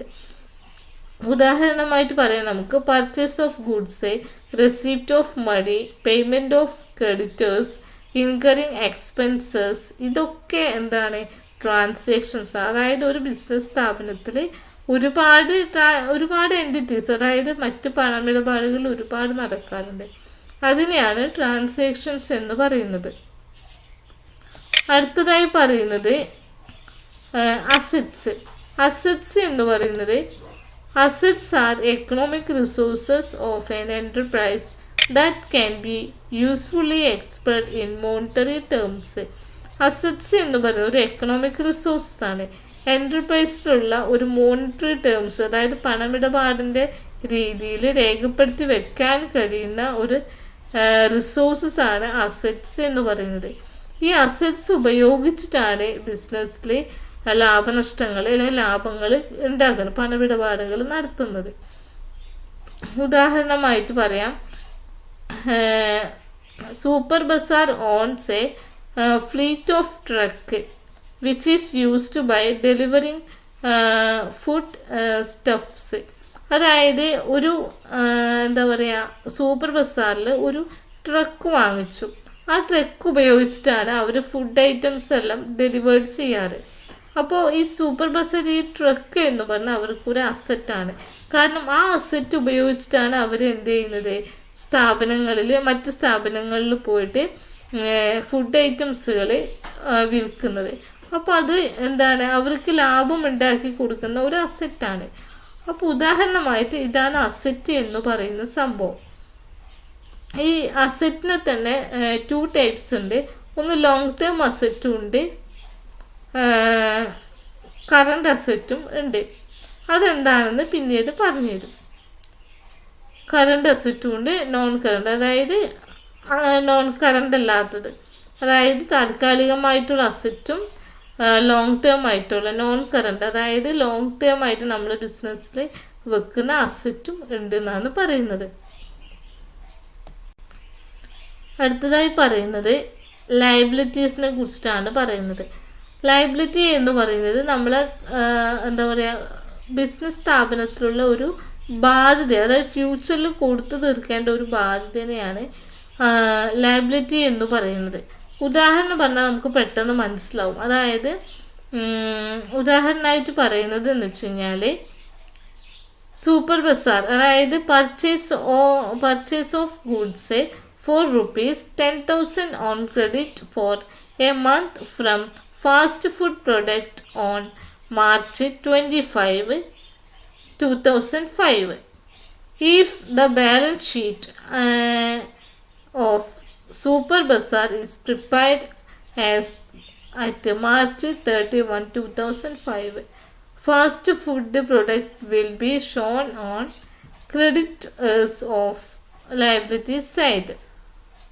അതായത് ഉദാഹരണമായിട്ട് ഇതിലത്തെ ഒരു ഉദാഹരണം അല്ലാതെ മറ്റൊരു ഉദാഹരണം എന്ന് വെച്ച് കഴിഞ്ഞാൽ ഒരു 50,000 രൂപയുടെ സാധനം നമ്മൾ ഒരു സൂപ്പർ മാർക്കറ്റിൽ നിന്ന് കടം വാങ്ങിച്ചു എന്ന് വിചാരിച്ചു. അങ്ങനെ കടം വാങ്ങിച്ചു കഴിഞ്ഞാൽ ബാലൻസ് ഷീറ്റിൻ്റെ അടുത്ത് അല്ലെങ്കിൽ ബാലൻസ് ഷീറ്റിൽ നമ്മൾ ക്രെഡിറ്റ് സൈഡ് 2 സൈഡുകളുണ്ട്. അതൊക്കെ വിശദീകരിച്ച് പറഞ്ഞിരുന്നതാണ്. അസറ്റ് സൈഡും ലയബിലിറ്റി സൈഡും എന്ന് പറഞ്ഞിട്ട് ബാലൻസ് ഷീറ്റിൽ 2 സൈഡുണ്ട്. അപ്പോൾ ബാലൻസ് ഷീറ്റിൻ്റെ ക്രെഡിറ്റേഴ്സിൻ്റെ സൈഡിൽ നമ്മൾ ലയബിലിറ്റീൻ്റെ സൈഡിൽ ക്രെഡിറ്റേഴ്സ് എന്ന് പറഞ്ഞ എഴുതൽ സൂപ്പർ മാർക്കറ്റിൻ്റെ ആയിരിക്കും. കാരണം ആരിൽ നിന്നാണോ നമ്മൾ കടം വാങ്ങിച്ചത് അവരാണ് നമ്മുടെ ക്രെഡിറ്റേഴ്സ് ആയിട്ട് വരിക. അതാണ് നമ്മൾ, കാരണം ആ ക്രെഡിറ്റേഴ്സിൻ്റെ, അതായത് നമ്മൾ ഭാവിയിൽ അത് കൊടുത്തു തീർക്കേണ്ട ഒരു കടമാണ്. അതുകൊണ്ട് തന്നെ എന്താണ്, അങ്ങനെ കൊടുത്തു തീർക്കേണ്ട കടങ്ങളിൽ ബാധ്യതകളൊക്കെ നമ്മൾ ലയബിലിറ്റി സൈഡിലാണ് ബാലൻസ് ഷീറ്റ് പ്രിപ്പയർ ചെയ്യുമ്പോൾ നമ്മൾ എഴുതാറ്. അപ്പോൾ അതാണ് പറയുന്നത്. ലയബിലിറ്റി എന്ന് പറയുന്നത് ചുരുക്കത്തിൽ പറഞ്ഞാൽ നമ്മൾ ഫ്യൂച്ചറിൽ, നമ്മുടെ സ്ഥാപനം ഫ്യൂച്ചറിൽ ഏതൊക്കെ തരത്തിലുള്ള കടങ്ങളുണ്ടോ അതൊക്കെ കൊടുത്തു തീർക്കേണ്ട ഒന്നിനെയാണ് ലയബിലിറ്റി എന്ന് പറയുന്നത്. നമ്മൾ കൊടുത്തു തീർക്കേണ്ട, ഇപ്പം ലോൺ എടുത്തിട്ടുണ്ടെങ്കിൽ ലോൺ കൊടുത്തു തീർക്കേണ്ട ഒരു കടമാണ്. അപ്പോൾ അതൊക്കെയാണ് എന്ത് ലയബിലിറ്റി എന്ന് പറയുന്നത്. ഭാവിയിൽ നമ്മുടെ സ്ഥാപനം കൊടുത്തു തീർക്കേണ്ട കടങ്ങളെയാണ് ലയബിലിറ്റി എന്ന് പറയുന്നത്. പിന്നെ ആരിൽ നിന്നാണോ നമ്മൾ കടം വാങ്ങിച്ചിരിക്കുന്നത് അങ്ങനെ വാങ്ങിച്ച ആൾ ക്രെഡിറ്റേഴ്സ് ആയിട്ടാണ് പറയാറ്. വാങ്ങിച്ചയാളെ, അതായത് ആരിൽ നിന്നാണോ നമ്മൾ വാങ്ങിച്ചത്. ഇപ്പം നേരത്തെ ഉദാഹരണമായിട്ട് നമ്മൾ പറഞ്ഞു, സൂപ്പർ ബസാറിന് നമ്മളൊരു 50,000 രൂപയ്ക്ക് ഒരു സാധനം കടം വാങ്ങിച്ചു, കടമായിട്ട് എടുത്തു. അങ്ങനെ എടുത്തിട്ടുണ്ടെങ്കിൽ തന്നെ ആ സൂപ്പർ ബസാർ എന്ന് പറയുന്നത് നമ്മൾ ക്രെഡിറ്റേഴ്സാണ്. അപ്പോൾ നമ്മൾ അവരെയൊക്കെ എപ്പോഴായാലും എന്താണ് കടം കൊടുത്തു തീർക്കേണ്ട ഒന്നാണ്. അപ്പോൾ അത് നമ്മൾ ബാലൻസ് ഷീറ്റ് പ്രിപ്പയർ ചെയ്യുന്ന സമയത്ത് സൂപ്പർ ബസാർ എന്ന് പറയുന്നത് ലയബിലിറ്റി സൈഡിലായിരിക്കും അവരുണ്ടാവുക. അപ്പോൾ ഇതാണ് ലയബിലിറ്റി എന്ന് പറയുന്നത്. ഇനി ലയബിലിറ്റി തന്നെ 2 തരത്തിലുള്ള ലയബിലിറ്റീസ് ഉണ്ട്. നോൺ കറണ്ട് ലയബിലിറ്റീസ് ഉണ്ട്, കറണ്ട് ലയബിലിറ്റീസും ഉണ്ട്. അപ്പോൾ നോൺ കറണ്ട് ലയബിലിറ്റീസിൽ ഏതൊക്കെയാണെന്ന് വരില്ലേ, ലോങ് ടേം ബോറോയിങ്സ് വരും, ഡിഫേർഡ് ടാക്സ് ലയബിലിറ്റീസ് വരും, അതർ ലോങ് ടേം ലയബിലിറ്റീസ് വരും, അതുപോലെ ലോങ് ടേം പ്രൊവിഷൻസും വരും. ഇത് എന്തൊക്കെയാണെന്ന് നമുക്ക് കൂടുതൽ പഠിക്കുമ്പോൾ മനസ്സിലാവും. ആ സമയത്ത് ഞാൻ വിശദീകരിച്ച് പറഞ്ഞിരുന്നതാണ്. ഇപ്പോൾ ഇത് മാത്രമേ നമുക്ക് താരതമ്യമെങ്കിൽ ഒരു ഫ്ലോ ചാർട്ടിൻ്റെ രീതിയിൽ നമുക്ക് പഠിക്കാനുള്ളൂ. പിന്നെ കറണ്ട് ലയബിലിറ്റിയിൽ വരുന്നത് ഷോർട്ട് ടേം ആയിട്ടുള്ള borrowings, trade payable, other current liabilities, short term provisions. അങ്ങനെ 2 തരത്തിലുള്ള ലയബിലിറ്റീസാണ്. അതിൻ്റെ താരതമ്യങ്ങൾ അല്ലെങ്കിൽ അതിൻ്റെ ബാക്കി കാര്യങ്ങളാണ് താഴെ കൊടുത്തിരിക്കുന്നത്. ലോങ് ടേം, കാരണം നോൺ കറണ്ട് ലയബിലിറ്റീസ് 4 തരം ലയബിലിറ്റീസാണ്, അതാണ് ഞാനിപ്പോൾ പറഞ്ഞത്. അതുപോലെ തന്നെ കറണ്ട് ലയബിലിറ്റീസ് 4 തരത്തിലുള്ള ലയബിലിറ്റീസാണ്. അപ്പോൾ ഇതാണ് ലയബിലിറ്റീസ് എന്ന് പറയുന്നതിനെ കുറിച്ച് പഠിക്കാനുള്ളത്. അടുത്തതായി പറയുന്നത് ക്യാപിറ്റലാണ്. Amount invested by owner in the firm is known as capital. അതായത് ഓണർ ബിസിനസ്സിലേക്ക് ഇൻവെസ്റ്റ് ചെയ്തിരിക്കുന്ന ഒരു എമൗണ്ടിനെയാണ് ക്യാപിറ്റൽ എന്ന് പറയുന്നത്. അത് അസറ്റായിട്ടോ ക്യാഷായിട്ടോ എങ്ങനെ വേണമെങ്കിലും ബിസിനസ്സിലേക്ക് കൊണ്ടുവരാവുന്നതാണ്. ഇത് അവസാനം ഷോൺ ചെയ്ത്, അല്ലെങ്കിൽ ബാലൻസ് ഷീറ്റ് ഉണ്ടാക്കുന്ന സമയത്ത് ഇത് ലയബിലിറ്റി സൈഡിലാണ് ഈ ക്യാപിറ്റൽ കാണിക്കാറ്. അടുത്തത് സെയിൽസ്. സെയിൽസ് എന്ന് പറഞ്ഞു കഴിഞ്ഞാൽ നമ്മൾ ബിസിനസ്സിൽ നിന്നും അല്ലെങ്കിൽ സാധനങ്ങൾ വിൽക്കുകയോ അല്ലെങ്കിൽ സർവീസുകൾ കൊടുക്കുകയോ ചെയ്ത് അതിലൂടെ വരുമാനം കിട്ടുന്നതിനെയാണ് നമ്മൾ സെയിൽസ് എന്ന് പറയുന്നത്. അപ്പോൾ ക്യാപിറ്റലും സെയിൽസും എന്ന് പറയുന്നത് ഇതാണ്. അടുത്തതായി പറയുന്നത് എന്ന് വെച്ച് കഴിഞ്ഞാൽ റവന്യൂസ് ആണ്. റവന്യൂസ് എന്ന് പറഞ്ഞാൽ these amounts the business earned by selling its product or providing service to revenue customers it's called sales revenue. അതായത് എന്തെങ്കിലും തരത്തിലുള്ള സെയിൽസ്, അതായത് വരുമാനം കിട്ടാൻ വേണ്ടിയിട്ട് നമ്മൾ ഏതെങ്കിലും തരത്തിലുള്ള സെയിൽസോ അല്ലെങ്കിൽ സർവീസുകളോ നമ്മൾ പ്രൊവൈഡ് ചെയ്തിട്ടുണ്ടെങ്കിൽ അതിനെയാണ് റവന്യൂ. അതായത് വരുമാനത്തിന് വേണ്ടിയിട്ട് എന്തെങ്കിലും സാധനങ്ങൾ വിൽക്കുകയോ അല്ലെങ്കിൽ സേവനങ്ങൾ കൊടുക്കുകയോ ചെയ്തിട്ടുണ്ടെങ്കിൽ അതിനെയാണ് നമ്മൾ റവന്യൂസ് എന്ന് പറയുന്നത്. ഉദാഹരണമായിട്ട് നമ്മൾ കമ്മീഷൻ പറയാം, അതുപോലെ ഇൻട്രസ്റ്റ് പറയാം, പിന്നെ ഡിവിഡൻസ്, റോയാലിറ്റീസ്, റെന്റ് റിസീവ്ഡ്, ഇതൊക്കെ എന്താണ് റവന്യൂസ് ആണ്. അത് revenue is a called income എന്നാണ് റവന്യൂവിനെ നമ്മൾ വിളിക്കാറ്. അടുത്തത് എക്സ്പെൻസ്. എക്സ്പെൻസ് എന്ന് പറയുന്നത് cost incurred by business in process of earning revenue are known as expense. അതായത് എന്തെങ്കിലും തരത്തിലുള്ള, അതായത് നമ്മൾക്ക് വരുമാനം കിട്ടാൻ വേണ്ടിയിട്ട് എന്തെങ്കിലും തരത്തിലുള്ള ഒരു നഷ്ടം ഉണ്ടാക്കിയിട്ടുണ്ടെങ്കിൽ അല്ലെങ്കിൽ എന്തെങ്കിലും തരത്തിലുള്ള ചെലവാക്കലുകൾ നടത്തിയിട്ടുണ്ടെങ്കിൽ, വരുമാനത്തിന് വേണ്ടിയിട്ട് എന്തെങ്കിലും തരത്തിലുള്ള ചെലവാക്കലുകൾ നടത്തിയിട്ടുണ്ടെങ്കിൽ അതിനെയാണ് എക്സ്പെൻസ് എന്ന് പറയുന്നത്. ഉദാഹരണമായിട്ട് നമുക്ക് പറയാം റെന്റ്, അതുപോലെ ഡിപ്രിസിയേഷൻ, വേജസ്, സാലറി. അതായത് നമുക്ക് വരുമാനം കിട്ടാൻ വേണ്ടിയിട്ടാണല്ലോ നമ്മൾ സാലറീസ്, അതായത് എംപ്ലോയീസിന് സാലറി കൊടുക്കുന്നതിന് അവരെ കൊണ്ട് പണിയെടുപ്പിക്കാനും നമുക്ക് ലാഭം കിട്ടാനും. അപ്പോൾ അങ്ങനെ കിട്ടണമെങ്കിൽ നമുക്ക് അവർക്ക് വേജസ് കൊടുക്കണം, സാലറി കൊടുക്കണം അവർക്ക്. അപ്പോൾ എന്തെങ്കിലും തരത്തിലുള്ളൊരു ലാഭത്തിന് അല്ലെങ്കിൽ വരുമാനത്തിന് വേണ്ടി നമ്മൾ എക്സ്പെൻസ് അല്ലെങ്കിൽ ചെലവുകൾ വരുത്തിയിട്ടുണ്ടെങ്കിൽ അതിനെയാണ് നമ്മൾ എന്ത് പറയുന്നത്, എക്സ്പെൻസ് എന്ന് പറയുന്നത്.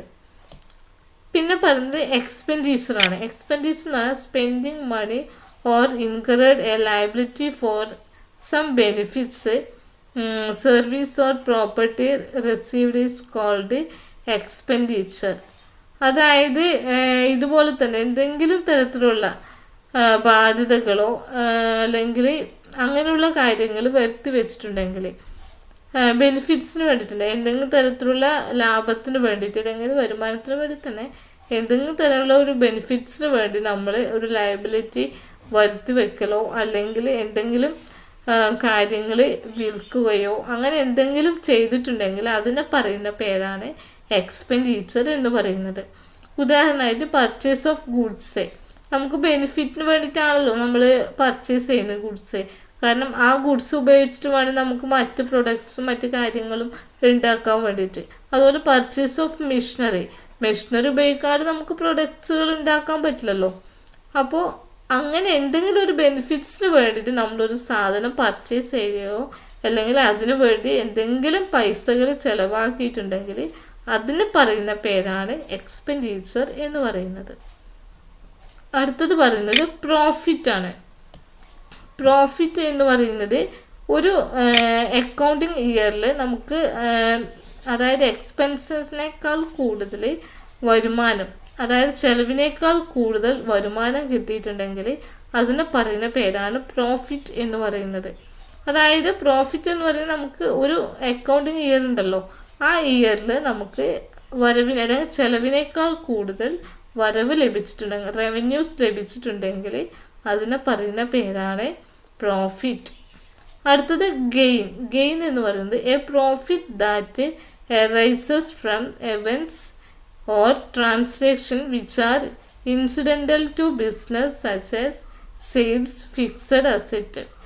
അതായത് ഏതെങ്കിലും തരത്തിലുള്ള പ്രോഫിറ്റിന് വേണ്ടിയിട്ട് നമ്മൾ എന്തെങ്കിലും തരത്തിലുള്ള സാധനങ്ങൾ കൊടുക്കുകയോ അല്ലെങ്കിൽ ട്രാൻസാക്ഷൻ ചെയ്യുകയോ ചെയ്തിട്ടുണ്ടെങ്കിൽ അതിന് പറയുന്ന പേരാണ് ഗെയിൻ.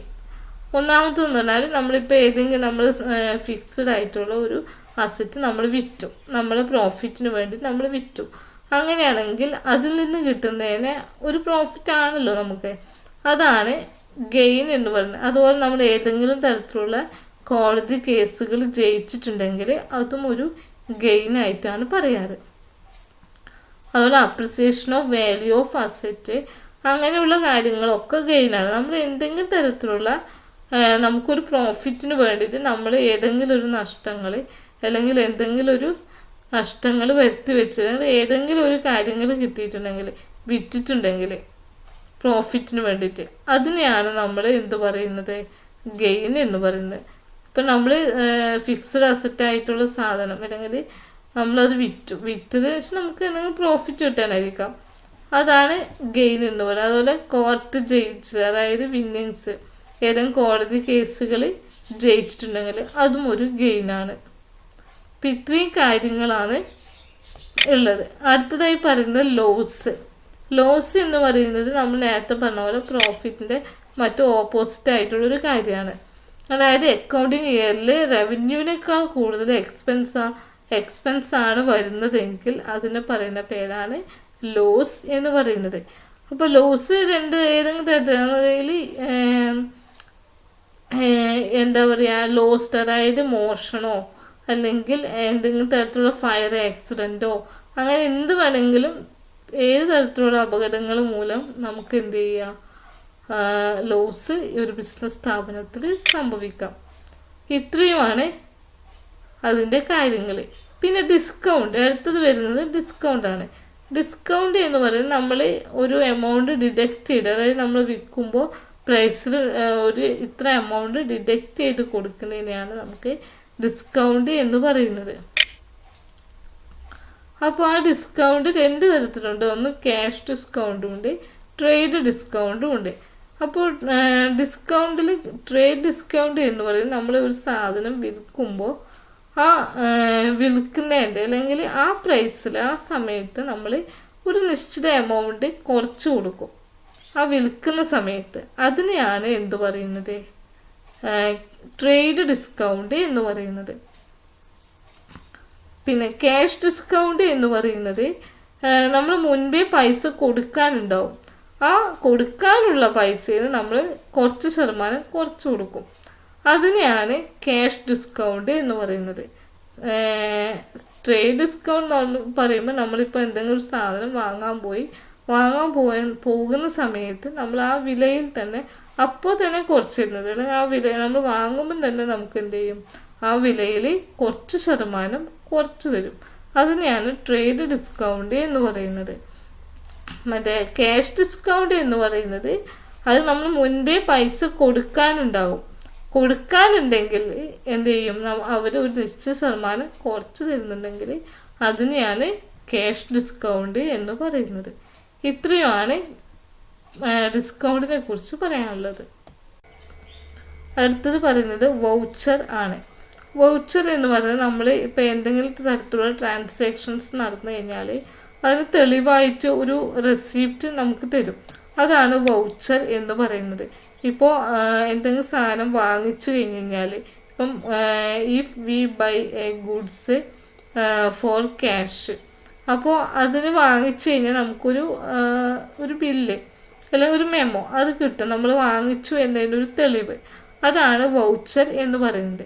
പിന്നെ ഗുഡ്സ് എന്ന് പറഞ്ഞു കഴിഞ്ഞാൽ നമ്മൾ എന്തെങ്കിലും തരത്തിലുള്ള, അതായത് പ്രൊഡക്ട്സുകൾ ഡീലിങ്സ്, അതായത് എന്തെങ്കിലും തരത്തിലുള്ള സാധനങ്ങൾ ബിസിനസ്സിലേക്ക് വാങ്ങിക്കുകയോ വിൽക്കുകയോ അല്ലെങ്കിൽ വാങ്ങിച്ചിട്ട് വിൽക്കാനോ അങ്ങനെ എന്തെങ്കിലും വാങ്ങിച്ചിട്ടുണ്ടെങ്കിൽ അതിനെയാണ് നമ്മൾ എന്ത് പറയുന്നത്, ഗുഡ്സ് എന്ന് പറയുന്നത്. ഒരു സ്ഥാപനത്തിലേക്ക് പർച്ചേസ് ചെയ്യുകയോ അതോ വിൽക്കാനോ വേണ്ടി വാങ്ങിക്കുന്ന സാധനങ്ങളെയാണ് എന്ത് പറയുന്നത്, ഗുഡ്സ് എന്ന് പറയുന്നത്. അടുത്തതായി പറയുന്നത് ഡ്രോയിങ്സ് ആണ്.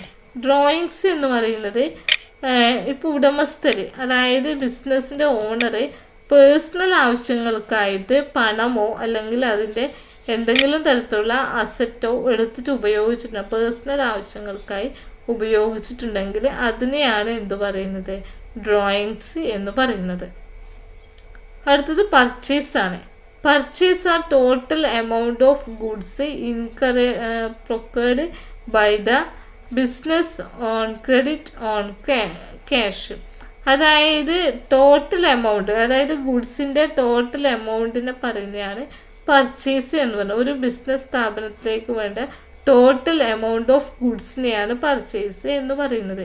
അത് ക്രെഡിറ്റിനാവാം അല്ലെങ്കിൽ ക്യാഷിനാവാം പർച്ചേസ് ചെയ്യുന്നത്. ഇപ്പോൾ പർച്ചേസ് നമ്മൾ എന്ത് ചെയ്യാറുണ്ട്, പർച്ചേസ് ഓഫ് റോ മെറ്റീരിയൽസ് ചെയ്യാറുണ്ട്. അതായത് എന്താ പറയുക, റോ മെറ്റീരിയൽസ് പർച്ചേസ് ചെയ്ത് അത് കുറേ പ്രോസസ്സിലൂടെ അത് പൂർണ്ണ രൂപത്തിലെത്തി ഒരു പ്രൊഡക്റ്റാക്കി മാറ്റി അത് വിൽപ്പനയ്ക്ക് ചെയ്യാറുണ്ട്. അതും എന്താണ്, ഗുഡ്സാണ്. അപ്പോൾ നമ്മൾ വാങ്ങിക്കുന്ന ടോട്ടൽ ഗുഡ്സ്, നമ്മുടെ ബിസിനസ്സിലുള്ള ടോട്ടൽ ഗുഡ്സിനെയാണ് എന്തു പറയുന്നത്, പർച്ചേസ് എന്ന്, ടോട്ടൽ എമൗണ്ടിനെയാണ് പർച്ചേസ് എന്ന് പറയുന്നത്. അത് ക്യാഷിനും ആവാം ക്രെഡിറ്റിനും ആവാം. അടുത്തത് പറയുന്നത് സ്റ്റോക്കാണ്. സ്റ്റോക്ക് എന്ന് പറഞ്ഞാൽ നമ്മുടെ ബിസിനസ്സിൽ ബാക്കിയുള്ള ഗുഡ്സിനെ പറയുന്നതാണ് സ്റ്റോക്ക് എന്ന് പറയുന്നത്. അത് നമ്മുടെ കയ്യിൽ ഇപ്പോൾ എത്ര ഉണ്ടോ അതിനെയാണ് നമ്മൾ ക്യാഷ് ഇൻ ഗുഡ്സ്, അല്ലെങ്കിൽ ഹാൻഡ്, അതായത് ഹാൻഡ് ഗുഡ്സ്, ക്യാഷിന് സ്റ്റോക്ക് ഇൻ ഹാൻഡ് എന്ന് പറയുന്നത്. നമ്മുടെ കയ്യിൽ ഇപ്പോൾ എത്ര ഗുഡ്സ് ഉണ്ട്, നമ്മുടെ ഇൻവെൻറ്ററിയിൽ, നമ്മുടെ ബിസിനസ്സിൽ ഇപ്പോൾ എത്ര ഗുഡ്സ് ഉണ്ട് എന്ന് നമ്മൾ നോക്കുന്നത് സ്റ്റോക്ക് ഇൻ ഹാൻഡ് നോക്കിയിട്ട്, അതായത് എത്ര ഉണ്ടെന്ന് നോക്കിയിട്ടാണ് നമ്മൾ നോക്കാറ്. ഇതാണ് സ്റ്റോക്ക് എന്ന് പറയുന്നത്. സ്റ്റോക്കിൻ്റെ കാര്യത്തിൽ വെച്ച് മറ്റൊരു കാര്യം എന്ന് പറഞ്ഞു കഴിഞ്ഞാൽ, ഇപ്പോൾ ഈ വർഷത്തെ അവസാനത്തെ സ്റ്റോക്ക് ക്ലോസിങ് സ്റ്റോക്കായിട്ട്, അതായത് നമ്മുടെ അക്കൗണ്ട്, ഈ വർഷത്തെ അക്കൗണ്ട് ക്ലോസ് ചെയ്യുന്ന സമയത്ത് സ്റ്റോക്ക് ബാക്കി ഉണ്ടെങ്കിൽ അത് ക്ലോസിങ് സ്റ്റോക്കായിട്ടാണ് നമ്മൾ കാണിക്കുക. പക്ഷെ അടുത്ത വർഷത്തിൽ അത് നമ്മൾ വീണ്ടും അക്കൗണ്ട്സ് എഴുതുമ്പോൾ അത് ആ ക്ലോസിങ് സ്റ്റോക്ക് ഓപ്പണിംഗ് സ്റ്റോക്കായിട്ടാണ് നമ്മൾ കാണിക്കുക. അതാണ് സ്റ്റോക്കിൻ്റെ മറ്റൊരു പ്രത്യേകത എന്ന് പറയുന്നത്. അടുത്തത് പറയുന്നത് വെച്ച് കഴിഞ്ഞാൽ ഡെറ്റേഴ്സിനെ കുറിച്ചിട്ടാണ് പറയുന്നത്. ഡെറ്റേഴ്സ് എന്ന് പറയുന്നത്, ഇപ്പം നമ്മൾ ഒരാളിൽ നിന്നും കടം വാങ്ങിച്ചു, നേരത്തെ പറഞ്ഞ പോലെ സൂപ്പർ ബസാറിൽ നിന്ന് നമ്മൾ 50,000 രൂപയുടെ ഒരു സാധനം വാങ്ങിച്ചിട്ടുണ്ട്, 50,000 രൂപയുടെ ഒരു ഗുഡ്സ് നമ്മൾ വാങ്ങിച്ചിട്ടുണ്ടെങ്കിൽ നമ്മളാണ് ഡെറ്റേഴ്സായിട്ട് വരിക. നമ്മളാണ് കടം വാങ്ങിച്ചത്. അപ്പോൾ കടം വാങ്ങിച്ച ആൾ ആരാണോ അവരാണ് ഡെറ്റേഴ്സ് എന്ന് പറയുക. അപ്പോൾ ബാലൻസ് ഷീറ്റിൽ അത് സൺഡ്രി ഡെറ്റേഴ്സ് എന്ന് പറഞ്ഞ് അസറ്റിലാണ്, അസറ്റ് സൈഡിലാണ് കാണിക്കുക. അതാണ് ഡെറ്റേഴ്സ് എന്ന് പറഞ്ഞത്. ആരാണോ കടം വാങ്ങിച്ചത് അവനാണ് ഡെറ്റേഴ്സ് എന്ന് പറഞ്ഞ് എഴുതുക. അപ്പോൾ ബാലൻസ് ഷീറ്റിൽ നമ്മൾ സൺഡ്രി ഡെറ്റേഴ്സ് എന്ന് പറഞ്ഞ് അസറ്റ് സൈഡിൽ കൊടുക്കും. ക്രെഡിറ്റേഴ്സ് എന്ന് പറഞ്ഞു കഴിഞ്ഞാൽ നേരത്തെ പറഞ്ഞ പോലെ സൂപ്പർ ബസാറിന് നമ്മൾ 50,000 രൂപയുടെ സാധനങ്ങൾ പർച്ചേസ് ചെയ്ത് വാങ്ങിച്ചു കഴിഞ്ഞ് കഴിഞ്ഞാൽ സൂപ്പർ ബസാറാണ് സൺഡ്രി ക്രെഡിറ്റേഴ്സായിട്ട് വരിക. അത് ലയബിലിറ്റി സൈഡ്, കാരണം നമ്മൾ കൊടുത്തു തീർക്കേണ്ട ഒരു ബാധ്യതയാണത്. സൂപ്പർ ബസാറിന് നമ്മൾ എപ്പോഴായാലും 50,000 രൂപയുടെ സാധനങ്ങൾ അല്ലെങ്കിൽ 50,000 രൂപ നമ്മൾ കൊടുക്കണം. അപ്പോൾ അവർക്ക് കൊടുക്കേണ്ടത് അവർക്കായതുകൊണ്ട് അവരോടുള്ള ബാധ്യതയുള്ളത് കൊണ്ട് അവരെന്ത് ചെയ്യണം, സൺഡ്രി ക്രെഡിറ്റേഴ്സ് എന്ന് പറഞ്ഞ് ലയബിലിറ്റി സൈഡിൽ സൂപ്പർ ബസാറിന് എഴുതേണ്ടി വരും. അപ്പോൾ ഇത്രയുമാണ് ടേംസ് എന്ന് പറയുന്നത്. അക്കൗണ്ടിങ്ങുമായിട്ട് ബന്ധപ്പെട്ട ടേംസ് എന്ന് പറയുന്നത് ഇത്രയുമാണ് എന്നാണ് പറയുന്നത്. അപ്പോൾ ഇതോടുകൂടി ഈ പാഠം ഇവിടെ തീർന്നു. ഇൻട്രൊഡക്ഷൻ ഓഫ് അക്കൗണ്ടിങ് എന്ന് പറയുന്ന ഒരു ചാപ്റ്റർ നമുക്ക് അവസാനിച്ചിരിക്കുകയാണ്. അപ്പോൾ അടുത്ത ചാപ്റ്ററുമായിട്ട് നമുക്ക് അടുത്ത വീഡിയോയിൽ കാണാം.